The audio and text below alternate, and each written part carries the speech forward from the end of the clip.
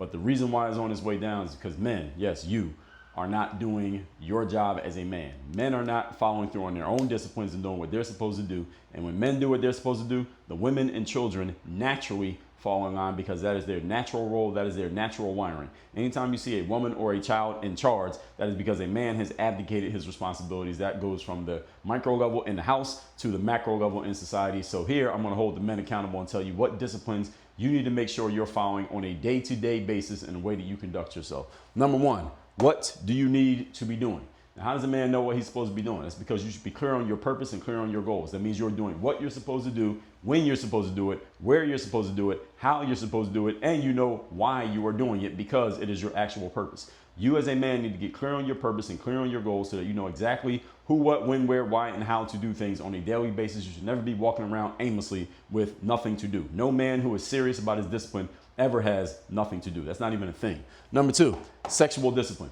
Why is this? Because man is designed to be fruitful and multiply. We are supposed to multiply ourselves. So I'm not telling you to not have sex and be completely celibate, but what I am telling you is that you need to be sexually disciplined. A lot of you young men have been conditioned to look up to athletes and entertainers, and a lot of these athletes and entertainers you've been conditioned to look up to, these guys have no sexual discipline. A man with no discipline cannot be a high value man.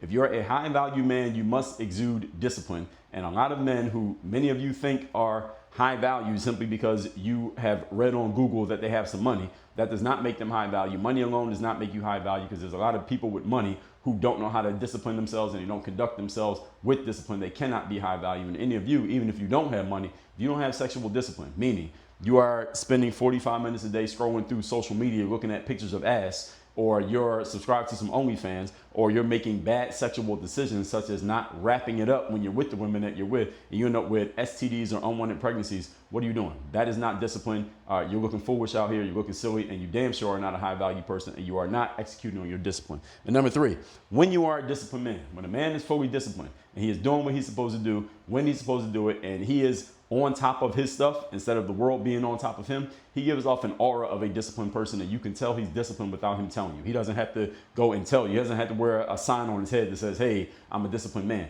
You can tell by the way a man carries himself, by the way he walks, the way he talks, and the things that he gets done on a consistent basis, that he is disciplined because you see it getting done. He doesn't have to announce it. Are you a disciplined man? Yes or no? Your actions will speak for you.